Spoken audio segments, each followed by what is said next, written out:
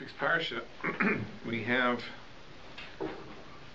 another great crisis in the life of Yaakov Avinu, the abduction of his daughter. This is when Yaakov camped by the city of Shechem. So the prince of the city, his father was the king, saw Dinah and took her and wanted to marry her. So he and his father come to negotiate with Yaakov and family. And the sons of Yaakov are very upset. This is Nevala Asavi Yisrael. An outrage was committed. Lishkav Pas Yaakov, to lie with the daughter of Yaakov, v'chein lo yaseh. Such a thing may not be done. And King Hamor says, listen, my son Shechem wants to marry your daughter. Let us make an alliance. We'll become one nation. You'll marry our daughters, we'll marry your daughters.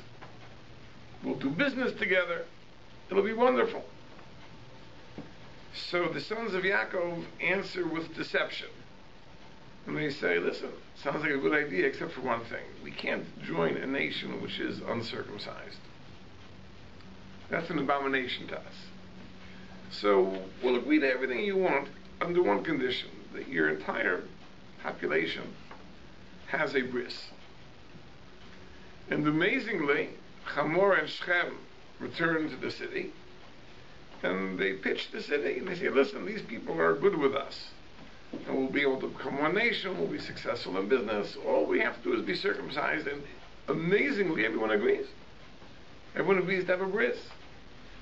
And they have a bris, and on the third day they're all in pain, and Reuven and Shimon take swords, and they slaughter the entire city, and they retrieve their sister Dinah.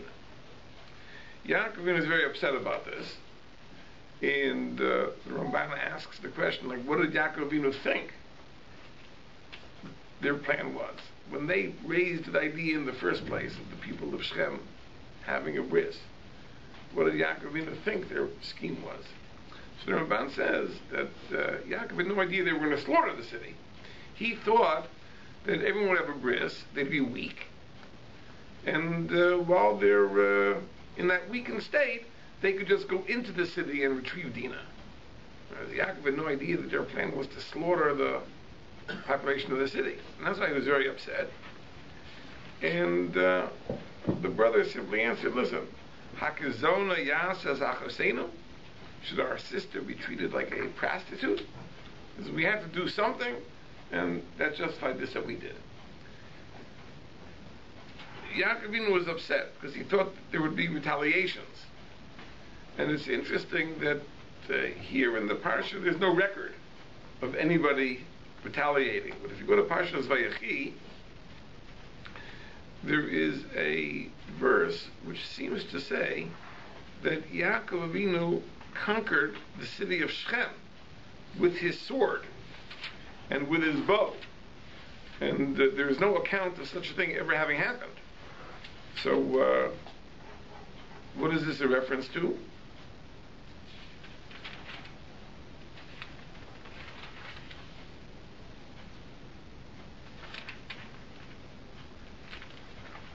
So Rashi says that in the aftermath of the episode with Shimon and Levi, Yaakov Avinu was pursued, and in battle, he took the city of Shechem.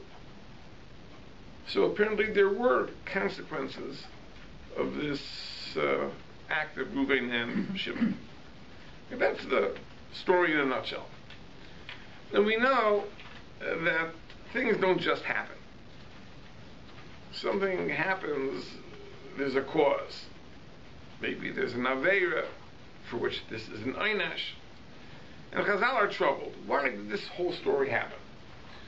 Now, there are many aspects to it. First of all, why did it happen to Dinah? Why should she suffer the indignity of being abducted, raped?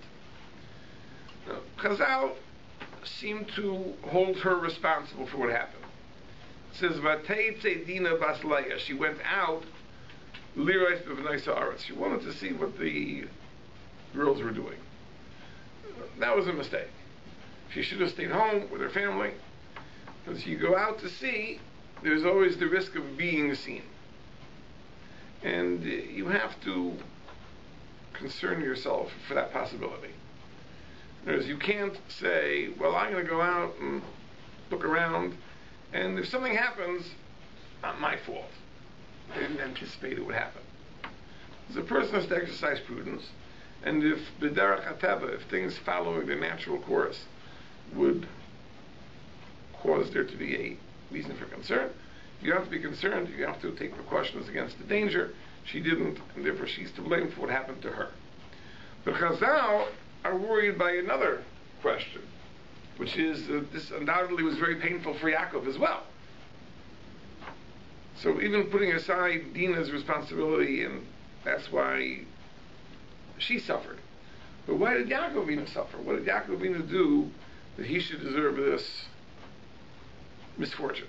Now it's important to understand that when the Ribono Shel Olam brings punishment, there has to be a cheshbon, there has to be a calculation, not only for the person who is directly receiving the punishment, there has to be a calculation for all those who are even remotely affected. Because if a person is going to be punished, it's not only a punishment for him, it's a punishment for his family, his wife, children, etc. There has to be a cheshbon behind that. An earthly court would never take that into consideration. If a person is on trial for murder, and they're going to put him in jail for the next 25 years, even though this will result in great hardship for his family, that's not the mandate of the court. The court's job is to determine the guilt or innocence of the defendant, and he is punished for his crime, and whatever the consequences are, that's not within the power of the human court to take care of. But by the Ribono Shel Olam, it's not that way. By the Ribono Shel Olam, the pasuk says, "Hatzur Tamin Pa'olo," that all his ways are perfect. Kichol D'Rachav Mishpat. Everything he does is just. And therefore, even the consequences, the impact on the family, the friends, the community, etc., is also weighed into the calculus. So it can't be that Dina is abducted because of what Dina did, and Yaakov should be adversely affected, if not that Yaakov Avinu himself was also deserving of some punishment. And here we find an amazing range of answers. At least three. Rashi quotes in the beginning of the parsha, when Yaakov encountered Esav, so it says that he put Leah and her children here, and he put Rachel and her children there, and there's no mention of Dinah. Dinah is not included on the list.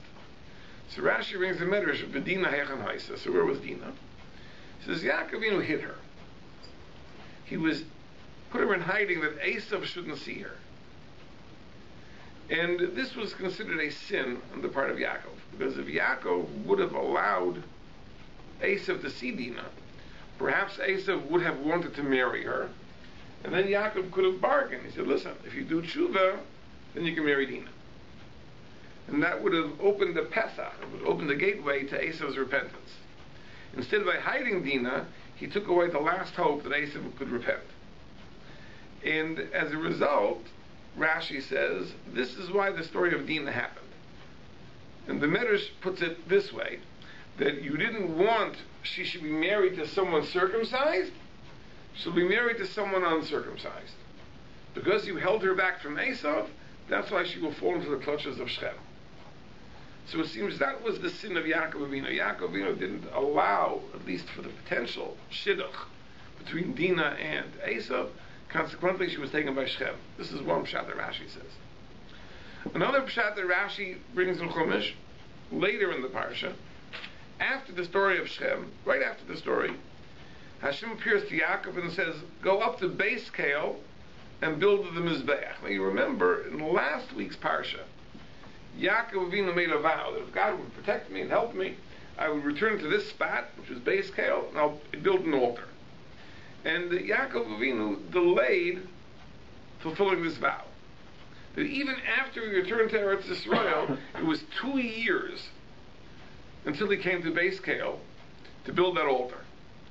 So Rashi brings, Lefi she'echarta baderech, because you delayed, ne'nashta, you were punished, u'bo l'chazos mi bidcha, you had this terribly distressing situation involving your daughter. So it says that Yaakov Avinu was punished for having delayed his vow. He made a promise to build a mizbeach and base scale upon return to Eretz Yisrael, and he came back, and 2 years he was delayed, and he didn't fulfill the vow. So as a punishment, he suffered the loss of Dina. That's the second pshat of Rashi. There's a Medrash Rabbah which says a third possibility. Also an intriguing thing. It says that when Yaakov fought with the angel earlier in the parsha, the angel told Yaakov that the time will come that your name will be changed to Yisrael. Now the angel did not change his name. The angel merely told him that the time will come that your name will be changed. When was it actually changed? After the whole story of Dinah. And after he built the Mizbeach and base scale, God appeared to him then and changed his name. Changed his name. But Yaakov Avinu jumped the gun according to Chazal, really according to the pasuk itself. Before his name was formally changed, he used the name Yisrael, because he built a Mizbeach in Shechem also. That was not for his vow. The vow was to build the Mizbeach in base scale, but when he lived in Shechem, he built a Mizbeach there too.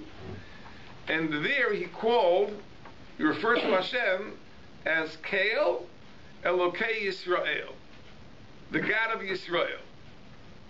Now at that point, he wasn't Yisrael yet. He was informed by the angel that his name would be changed to Yisrael, but it wasn't Yisrael yet. He jumped the gun. Now Yisrael is a name of distinction, name of honor. Rashi explains, Yaakov implies treachery, trickery, that everything that Yaakov achieved in life was somehow through cheating, deception. Yisrael implies yashrus, straightness, and therefore it's a more distinguished name.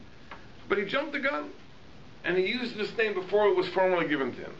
So the Medrash says, Afilu chazan hakneses, even the gabbai in a shul doesn't give himself honors. It's an amazing thing. You have a gabbai in the shul. He gives everybody aliyahs, he honors everybody to be the chazan. He's not supposed to honor himself. Sometimes it doesn't work out that way. Sometimes you have a gabbai who gives himself all the honors. When that happens, everyone looks at him with a jaded eye. Shouldn't be that way. You don't give yourself covet. So the Medrash says, even the Chazan HaKnesses, even the Gabbai doesn't give himself honors. And you gave yourself an honor that you weren't entitled to. You called yourself Yisrael. Says, the great sorrow with your daughter Dina is going to be a consequence of this. And that seems very strange, okay? So he took a little cover for himself. That should be the consequence. Now, the answer to the question is that there are really three different sorrows. There are three different troubles that Yaakov Avinu suffers here. First is the pain that your daughter has been abducted and raped. I mean, that itself, what father wouldn't be totally shattered from this experience? That's the first aspect of it. The second aspect of it, that Yaakov is at risk of what we call shmad. Shmad is forced conversion. That he's going to be, at gunpoint, torn from his religion. This is what Shechem and Hamor are coming. When they come and say, let's become one nation. No, it's understood. When you have one nation, on the one hand, you have a population, perhaps of thousands of people. On the other hand, you have a family of 13, 14 people. It's not likely that it's going to be a 50-50 partnership. It's probably the smaller number will be totally swallowed by a larger number. So this crisis, right, on the one hand, they have his daughter captive, and they're driving a very hard bargain. And say, listen, if you want to see her again, if you want to have her again, all you have to do is agree to our deal. That we should become one nation, which essentially means the obliteration of the Jewish people. The obliteration of the Jewish people, which is called Shmad. Shmad means destruction, but it means the obliteration of our Jewish character. It's a different crisis. Apart from the pain of one's daughter suffering, here there's a danger that the entire Jewish enterprise is at risk. And thirdly, even when Reuben and Shimon are successful in retrieving Dinah and killing the population of Shechem, killing Shechem and saving Dinah, there still is another problem, which is that there's going to be retaliation. And there's a danger of war that Yaakov has to face. And in fact, as we mentioned, according to Chazal, this war actually did take place. Yaakov was victorious, but it's certainly a danger. Why does that happen? Why does Yaakov suffer that? So come Chazal with three different answers. As far as the first question, why does Yaakov Avinu suffer the pain of seeing his daughter abducted and raped? So to that, the Medrash says, well, he didn't want that she should marry someone circumcised. She didn't want she should marry Esau. So he'll be taken by Shem. Okay, that's the explanation. That's why Yaakov had to suffer. Yaakov could have chosen something better for Dinah, but he didn't want. So if you don't choose what you're supposed to choose, the options are worse. So that was the first consideration. Why did Yaakov suffer the pain of seeing this happen to his daughter? Well, he could have avoided it. Could have had her marry Esau, or at least given Esau the chance. Didn't want that? Well, you see that sometimes the options are worse. And I think it's important for us to know. You know, in life, we always try to have it our way, the best possible way. And we reject a viable option because we're holding out for something even better. But it may be this really is the best option. And what is left after we reject it is only much worse. You have to face that reality. A person's looking for a job. And he gets a pretty good offer, but there's some shortcomings. It's not perfect. So he says, I'm going to hold out. I'm going to wait. Maybe there's something better will come my way. And he holds out, and in fact what happens is that everything that comes his way is much worse than the option he rejected. That's a fact of life. You know, the perfect is the enemy of the good, as the saying goes. When you hold out for the thing that's perfect, and you pass up a thing which is good, you may discover that the perfect is not available. All you're going to have is something much worse than the good. And that's what the Medrash says over here. Yaakov Avinu could have had Dinah marry Esau. He would have held out. Esau has to do tshuva first. But in any case, she would have been married to someone circumcised, someone in the fold. Instead, Yaakov said, no, I'm going to hold out for better. Doesn't work that way. You end up with Shechem. Okay, that answers the first question. Next question, which is the risk of Shmad. The risk of Shmad. Why are we put at risk of being torn from our religion? The entire Jewish enterprise is put at risk. That is another answer. The answer is he delayed the vow. He delayed fulfilling his vow. So let me explain this. This requires a little explanation.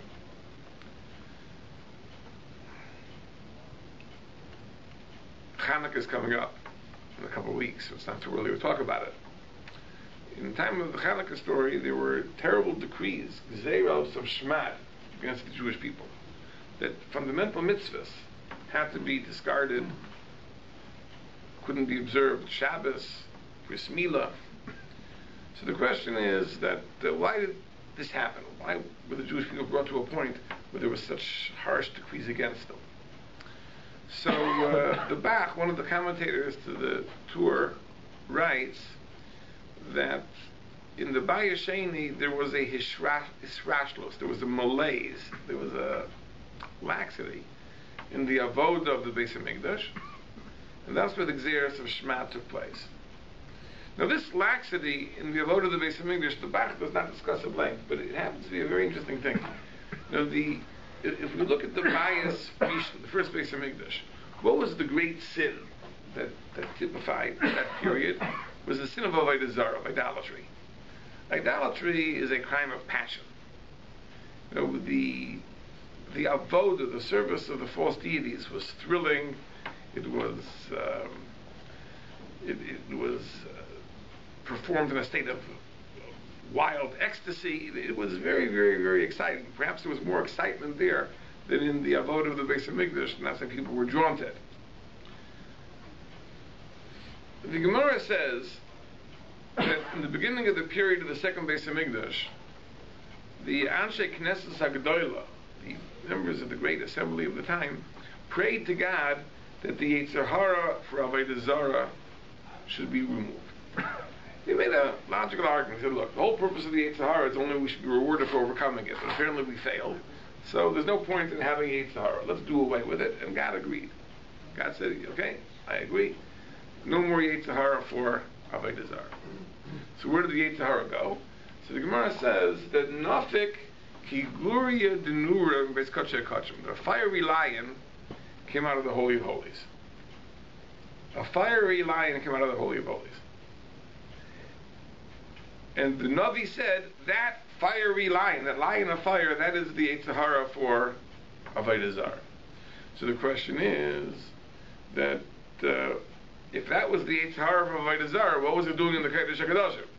What was it doing in the Holy of Holies of the Beis Hamikdash? Of all places that the Yetzer Hara for avodah zarah should be, was in the Holy of Holies. So the pshat is like this, that the Yetzer Hara for avodah zarah is the passion to serve the deity with enthusiasm and vigor. That's the Yetzer Hara of avodah zarah. It's the same force which allows for passion in avodas Hashem. If it's properly directed, it brings a person to avodas Hashem. If it's misdirected, it brings a person to avodah zarah. But it's essentially the same force. If you try to take away the Yetzer Hara of avodah zarah, you take away the passion for avodas Hashem at the same time. The two are inseparable.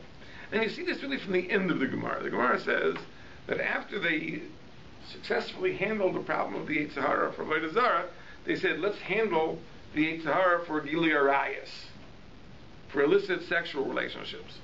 So good for us, it's fine, we'll try that. So then what happened? What happened was, there wasn't a fertilized egg in the entire Eretz Yisrael, the Gemara says. So why not? What does that have to do with one or the other? Because if you take away the sexual drive, which is the root of the Yetzer Hara for incest, you take away the sexual drive that leads the chickens to reproduce too. So the roosters don't mate with the hens. So there's no fertilized egg. So the Gemara talks how they resolve that problem.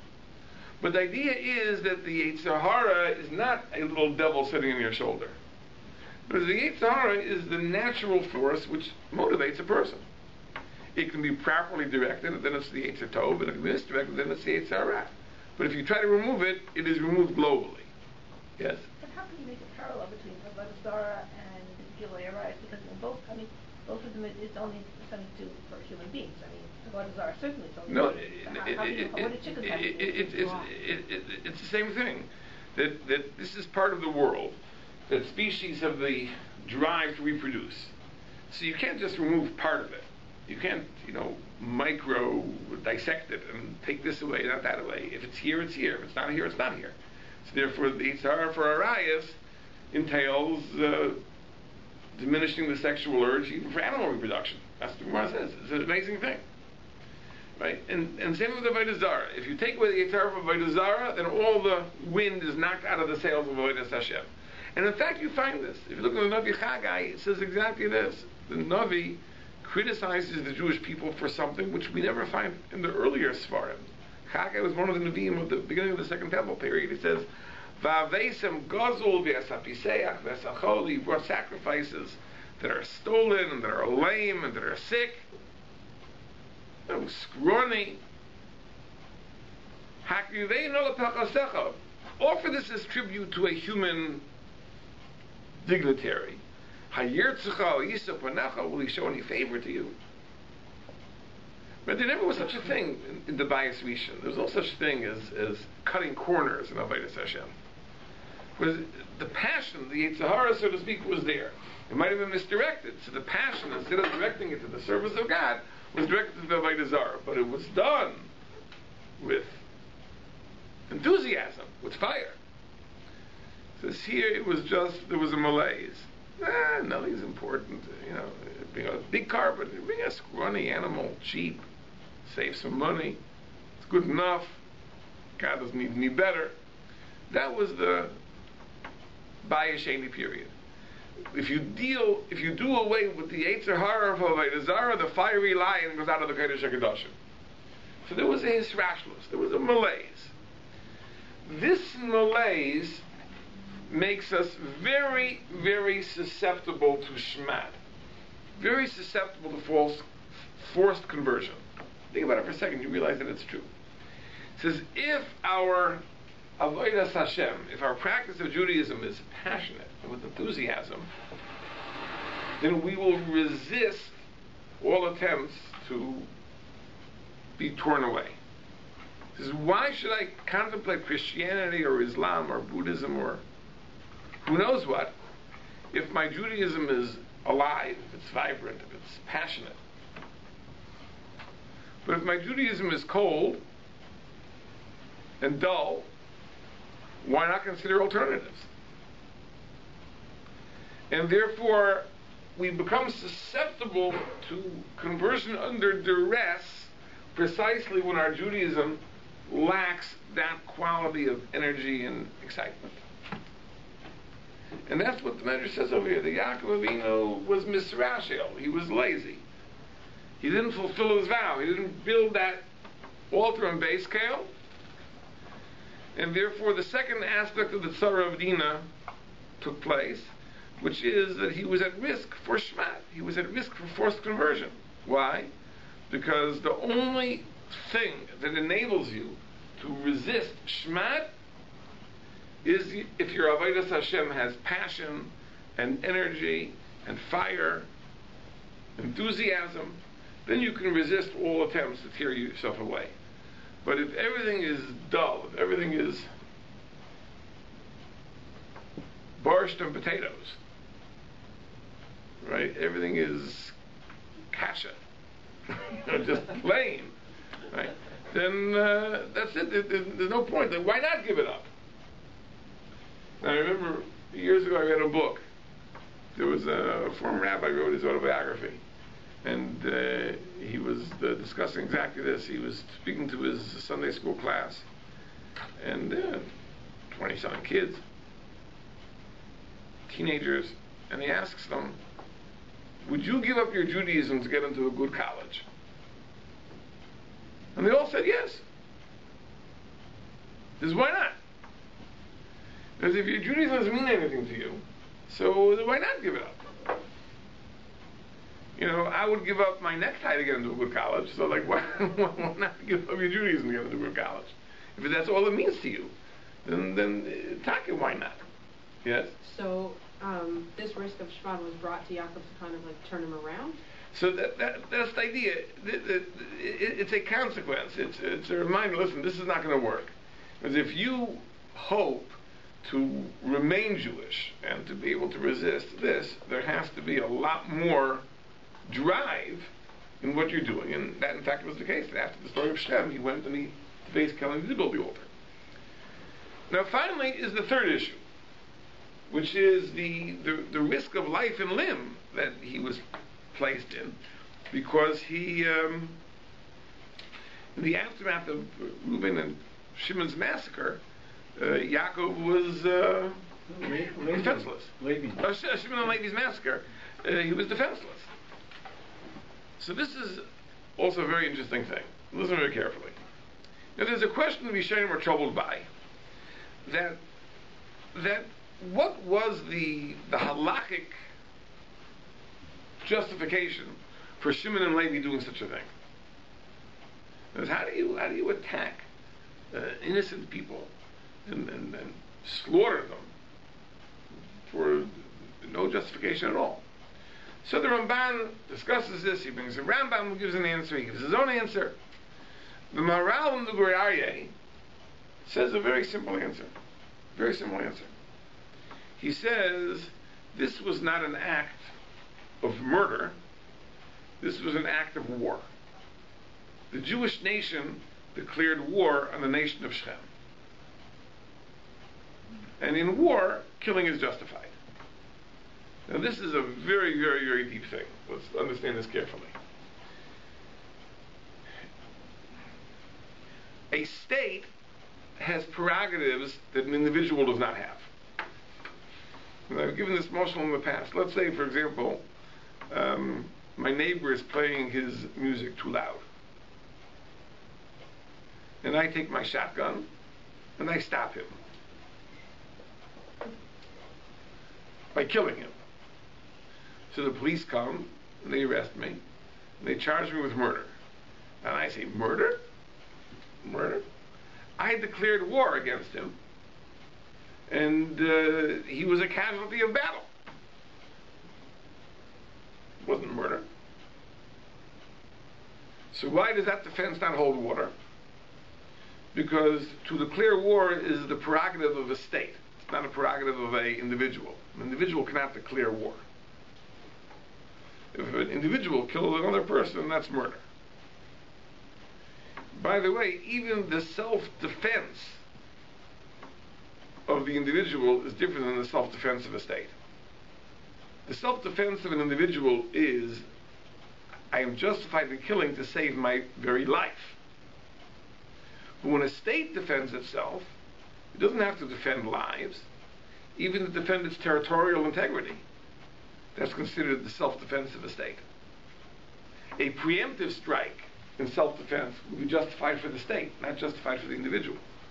Right? An individual wouldn't be justified in killing someone because he has an idea that person is out to get him.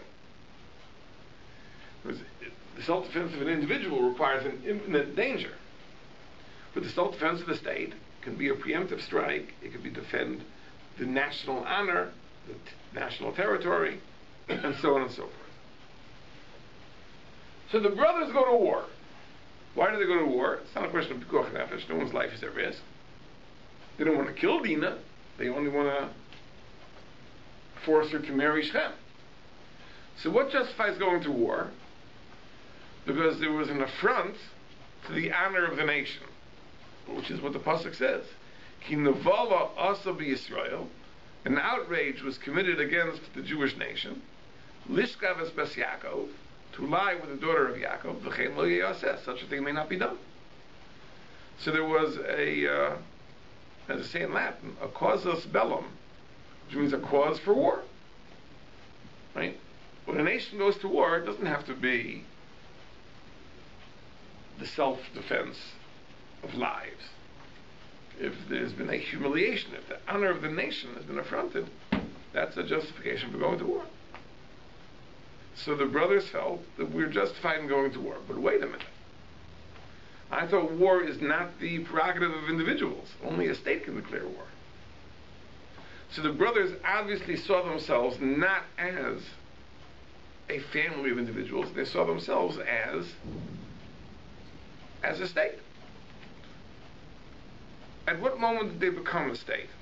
What moment did they become a nation? See, I would conjecture that this really is the significance of the name change of Yaakov to Yisrael. You see, it's a very interesting thing, a very, very puzzling thing.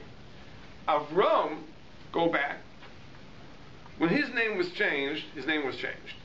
He was named Avram, and then he became Avraham. So his name is Avraham. The Gemara says that if a person refers to him as Avram, he violates a prohibition. The Torah says, Lo yikari od shemcha Avram ki im Avraham. Your name should no longer be called Avram. Now, from now on it's Avraham. It's a mitzvah lo sas, it's a negative commandment. If a person calls him Avram, he violates this prohibition. That means his name was absolutely changed. It's no longer Avram, it's now Avraham.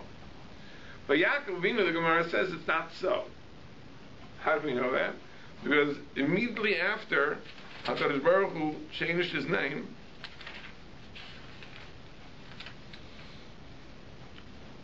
he tells him that your name is no longer Yaakov, now it's Yisrael. And just after that, Hashem speaks to him and calls him Yaakov. So the Gemara says apparently that it's not a full name change. His name is still Yaakov, just he has an additional name Yisrael. So how do we understand that? What is the idea of an additional name? Your name isn't changed, we're just adding a name. And it seems to be that this is the difference. That the name Yaakov is the name of the individual. There's a person named Yaakov. Yisrael is the name of the nation. By conferring the title Yisrael on Yaakov, the status of his family is raised from that of a family to that of a nation. With all the privileges of a nation, even the prerogative to declare war. But really, it didn't happen yet. At the time of the story of Dinah, it didn't happen yet. The Malach told Yaakov that his name will be changed to Yisrael. But in fact, it wasn't changed until after the entire story of Dinah, when he came to base scale and built the altar. So, but Yaakov jumped the gun. Why did Yaakov jump the gun? Because we see that back in Shechem, when he built the altar before the story, he referred to Hashem as Kael Elokei Yisrael. So Yaakov Avinu took the name Yisrael for himself. He jumped the gun. And that's the Medrash says. The Medrash says even the Gabbai of a shul doesn't take honor for himself. And you took that honor for yourself, you gave yourself the title of Yisrael, that's going to be trouble. And where was the trouble? The trouble was exactly that. The children, they followed the cue of their father. Yaakov Avinu took for himself the title of Yisrael, which means national status. So they said the same thing. It says that they were very upset. Why? Ki navala asa b'Yisrael. An outrage was committed against Yisrael, against the nation of Yisrael. And that gives us the right to declare war. And therefore we can destroy the city of Shechem. It wouldn't be an act of killing, it would be an act of war. And of course, it follows that had Yaakov not jumped the gun, had Yaakov not called himself Yisrael, then the brothers would not have seen themselves as a nation, and they wouldn't have engaged in this act of war, and Yaakov would have been safe. Yaakov wouldn't have been endangered. But Yaakov jumped the gun, he called himself Yisrael, they took that to mean that they have the prerogatives of the state, and therefore when this terrible offense was committed against the state of Yisrael, they said we're justified in going to war, and the rest is history. So the third great danger of Yaakov Avinu really was a consequence of Yaakov Avinu's sin of prematurely taking the name Yisrael, and therefore this is why the brothers saw the abduction of Dinah as a cause for war. This is why they held they had the legitimate authority to go to war, and Yaakov, of course, had to suffer the consequences, and that's the rest of the story. So therefore, the three reasons the Medrash give really are all necessary. They correspond to the three different saras that were involved in this story. The pain of his daughter's abduction, the risk of Shmad, and finally, the necessity to defend himself against the retaliation of the neighboring cities. But I'd like to spend a few minutes talking about the middle aspect of this, the idea of Shmad and the idea of malaise, the idea of the Hisrashlos. And I want to bring this a little bit up to date to the 20th century, 21st century. Maybe we'll stop. We'll pause a little bit in the 19th century just to get our bearings. You know that in the early 1800s, the Reform movement began in Germany. And the idea behind the Reform movement was because in the aftermath of the Napoleonic Wars, Jews were emancipated in Western Europe. Jews were given citizenship. France, German states, later Italy. And the Jews yearned to be accepted. But there was one great obstacle to acceptance in European society, and that was Judaism itself. Judaism was considered an obstacle to acceptance for two reasons. Number one, Judaism was considered to be barbaric and superstitious, primitive. It places a premium on animal sacrifice. We expressed in our prayers a yearning to go back to the Beis Hamikdash and slaughtering animals. So it was considered superstitious, voodoo. It was not the religion of an enlightened people. That's one aspect of it. Number two, it was considered subversive. Because if you are a citizen of France, you're meant to be a citizen of France. If you're a citizen of Prussia, you're meant to be a citizen of Prussia. You should not have nationalistic yearnings to go back to Israel and establish a monarchy and so on and so forth. Judaism suffered from being seen as a nation within a nation. Like, what is your allegiance really to? Is it to France or is it to this Jewish state? If ever would come to that, if the Mashiach would come, and Mashiach's armies would be pitted against France's, whose side would you be on? So the reformers wanted to revamp Judaism. They wanted to bring it up to date, take away the accusation of its being primitive and superstitious, and as well eliminate all nationalist ideas from Judaism. So probably one of the major milestones in the history of the movement was the publication in 1818 of the Hamburg Prayer Book. This was the first printed Reform Siddur, which eliminated all references to sacrifices. There no longer was a Musaf, which talked about coming back to Yerushalayim, building the Beis Hamikdash, and bringing korbanos. And it also eliminated all references to Jewish nationhood and sovereignty. So there no longer was a blessing for the restoration of the monarchy, David HaMelech, no longer a reference to Kibbutz Goliath, gathering the exiles, returning to Israel. In other words, all the offensive material was removed from the Siddur. So this was a Siddur with which you could be a good German and a Jew at the same time. And that really was what the objective of the Reform movement was. It was to create a Judaism which is palatable for Germans.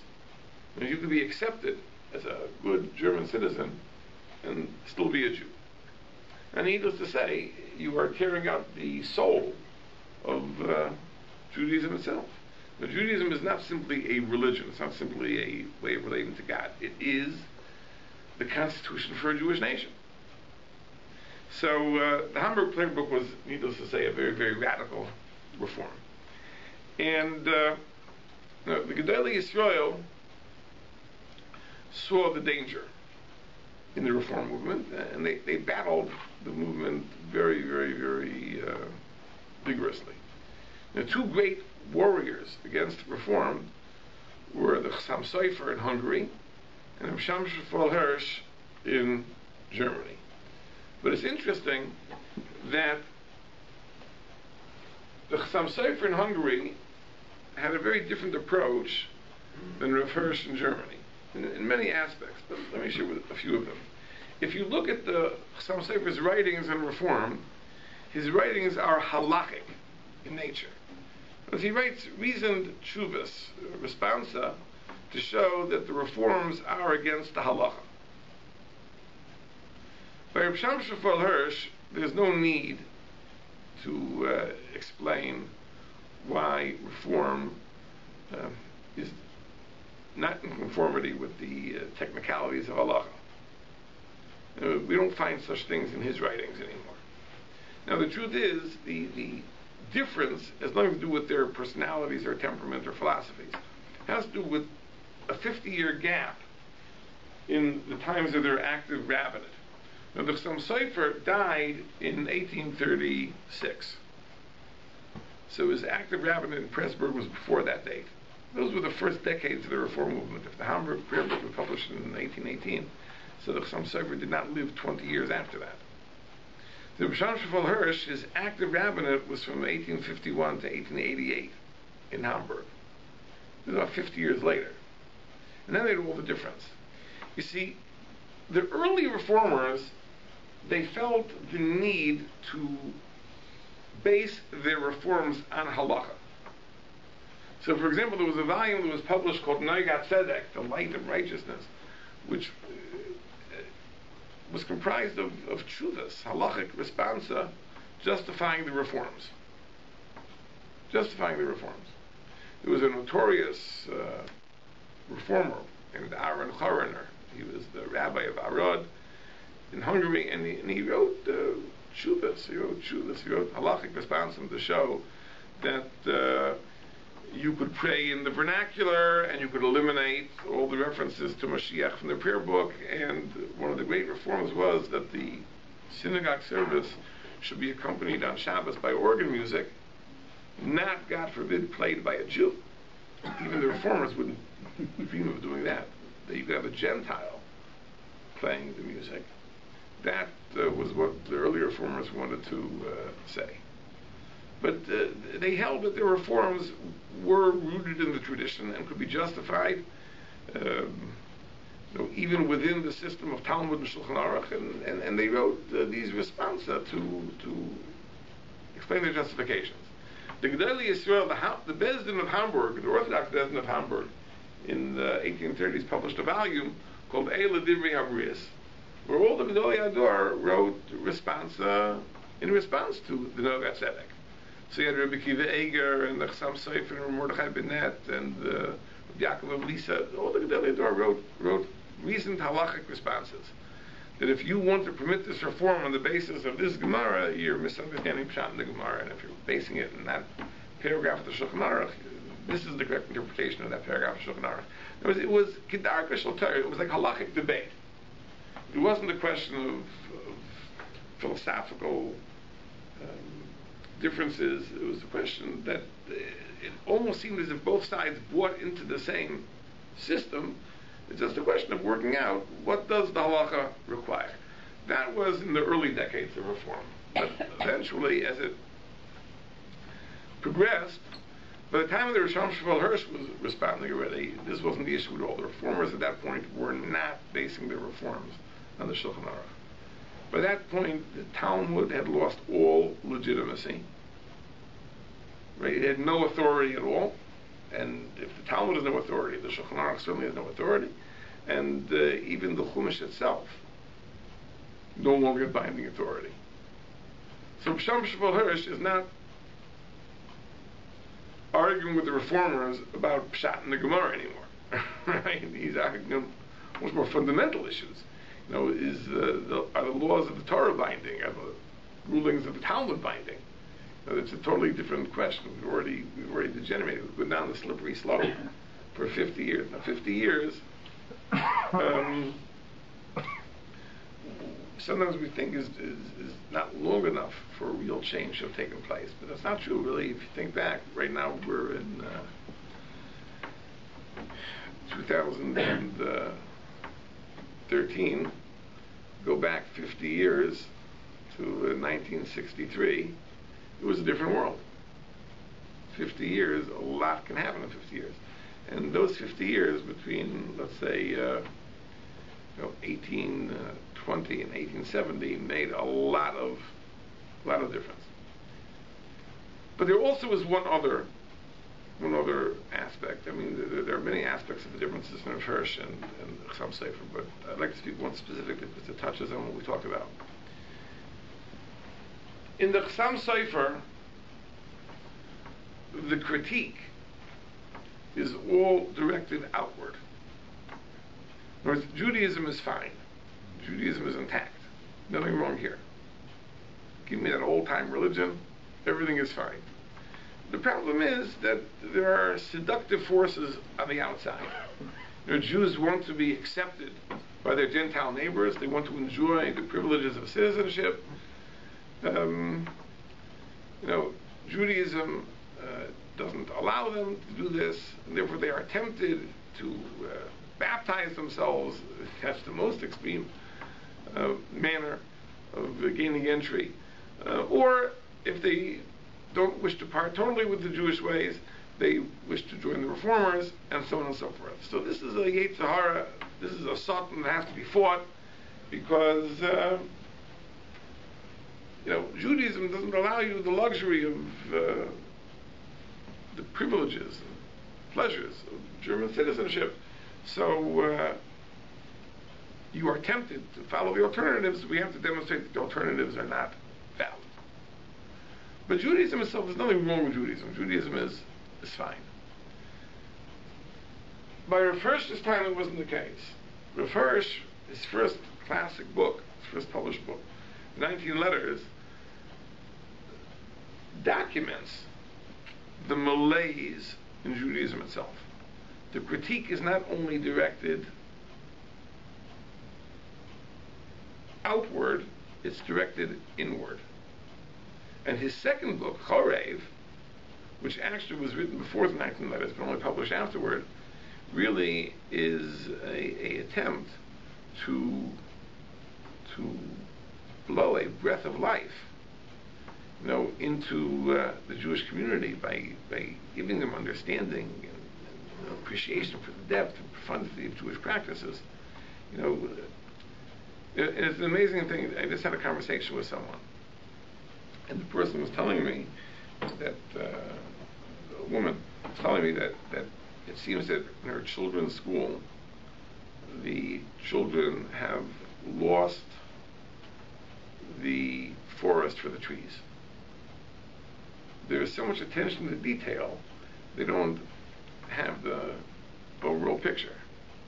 Now, the example she gave was so astounding that I was left open-mouthed. She's learning Chumash with her grandchildren, and they know how to translate every word in the verse. In the given pasuk, they can translate every word perfectly. And she asks them, "Tell me, who are the Avos?" They can't answer. Who are the Imahos? They can't answer, right? The most basic elements of Jewish literacy they just didn't have, because there was so much focus on the details of this verse and the next verse and the next verse, but some understanding of what the general overall picture is they didn't have. That's an extreme example, but I think to a great extent it is true in other ways. Everyone knows the halachas. Everyone knows that you can do this on Shabbos, you can't do this on Shabbos, and this bracha you say on this food, and this bracha you say on that food. But to ask a person, why do we say brachas and why do we keep Shabbos? People are hard-pressed to give an answer. So you've gotten so bogged down in the details, you've lost the overall picture. That's what Rav Hirsch was trying to do in Chorev. Now, although there is much halachic material in Chorev, he does refer to the details as well. But he's trying to explain that the details flow from the underlying conception of the mitzvah. There's some ideal which the mitzvah is coming to promote. And therefore, the halachas unfold in the way that they do. And Rav Hirsch apparently felt that we can't just attack the outside forces, Christianity and Reform and the historical school and whatnot. Right? We have to revive and reinvigorate our Jewish ways. Right? Otherwise, we are at risk for everything. In other words, if our Judaism is not going to be meaningful to us, then we are at risk for every ism that comes our way. And therefore, with the first, we see something new. You see that not only is there a critique which is directed outward, there is a critique which is directed inward. But at some side, we don't see that. And maybe 50 years before it was unnecessary. Judaism was firm, solid as a rock. In Hungary in the 1820s, 1830s. So in Germany in the 1870s, 1880s, that wasn't the case anymore. Right? Whereas Judaism had become so drained of vitality and understanding that it reached a point that to be able to battle the forces that threaten us, we have to revive Judaism from within, and that really was a great part of Rav Hirsch's work. And of course, the Sfarim that he wrote later, the commentary to Chumash and so on and so forth, they are, in a sense, timeless, as we can read them today with great appreciation. But they also are of a time. They were a response to the conditions of his own time. So at the same time that they are timeless, they are rooted in a very, very specific set of historical conditions which compelled him to write these works. But he didn't write them simply because, he wanted to publish and wanted to make some money maybe by selling books. That wasn't the point at all. These were books that the times called for simply in order to help Jewish survival. And I think this idea, which is that if our own Judaism lacks vitality, lacks an appreciation for the depth and beauty of it, we are now at risk of shmad, is something which emerges in this parsha. That was the risk of Yaakov Avinu. Yaakov Avinu, he was misrashel. There was it's hard to accuse him of laziness, but whatever it means, there was a little bit of lack of energy, right? That placed him at risk for shmad, and that's something we have to understand as well. We have to understand that. Because we are at risk when our Judaism is not passionate, when it is not energetic, when it is not informed by an appreciation of the depth and beauty and profundity of Jewish ideas. We're open to everything. We're open to everything. And if we don't do something to solve this problem for ourselves and our families and our children, then the hope of long-term survival is going to be very, very, very thin. But it's not enough to focus on the nuts and bolts of halachic practice. Again, what bracha do you say on this? How do you chop the eggs on Shabbos? And that. That can work up to a point. But if you scratch a little bit beneath the surface and there's nothing there, then what is the hope of being able to hold on to the next generation? And I think that's something we learn from this parsha, and I think the historical record indicates that. And I think we live in a time where this is especially important to know. In other words, our educational institutions have to be mindful of this fact. If they're not, then it is at their own peril that they are placing the future generations at risk by not providing what our children really need to be able to have the strength to resist the temptations of the alternatives. And that's something I think that we should all speak about, think about Hanukkah. Hanukkah is miloshen chinuch. It's education. It's a time for chinuch. It's a time for self-education. And hopefully Yaakov Avinu's story and the historical precedents of the first and the Cham Sofer should be an inspiration for us in making sure that for our children and our families and the people we know, that this mistake is not made.